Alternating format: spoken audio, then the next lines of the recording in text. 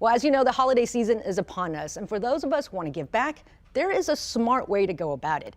Financial professional Nathan Fort from Vital Retirement Planners is here to tell us what to do. So welcome, first of all, Nathan. Good to be here with you. Good to see you in person. We usually do these interviews on Zoom. What's wrong with just giving away money to charities that you like? Well, that's great for the charities. It feels good. We recommend that first and foremost, everybody should have a solid financial plan that will help you be a little more efficient with your money, lose less in bad markets, make more in good markets, pay less in taxes, identify your cash flow needs, because what that does is it helps you gain a good perspective of really how generous you can be. And this is the giving season. There's no better time to get this financial plan set up. Now is also a really good time to research the charities that mean the most to you and make sure you understand how they operate. Not all charities are equal. Some are a little more efficient than others, but it's a great idea to work with your financial planner and a tax professional to help itemize your ability to give the way that is going to make you feel the most satisfied. Are we talking tax incentives here? That's the smartest way to go. So how do we, besides working with the financial planner, even before that step, what should we do? There are a lot of great tax benefits to giving. I think the government does a great job of incentivizing people to give.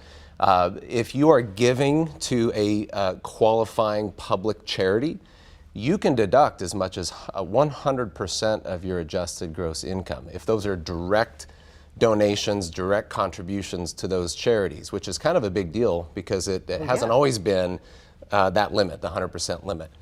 Now there are other ways you can give. You can give your stock. So we have a lot of clients who have long-term appreciated stock. Of course, if they sell that stock, they can incur long-term capital gains.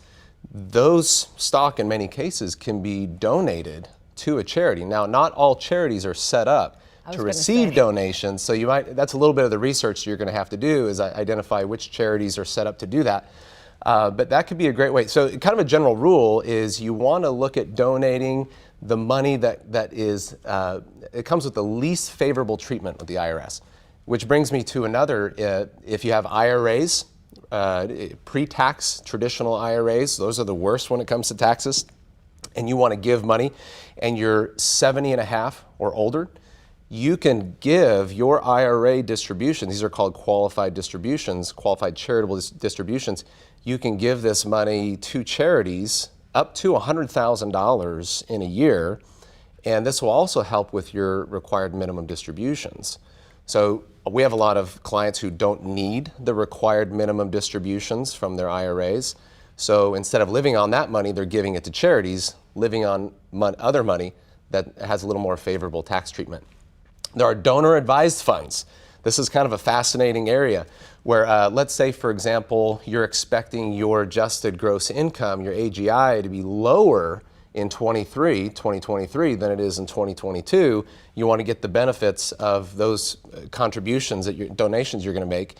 You could donate all the contributions you're going to make for 2022 and 2023, and even years further into the future, into a donor-advised fund and get all of the deductions in 2022.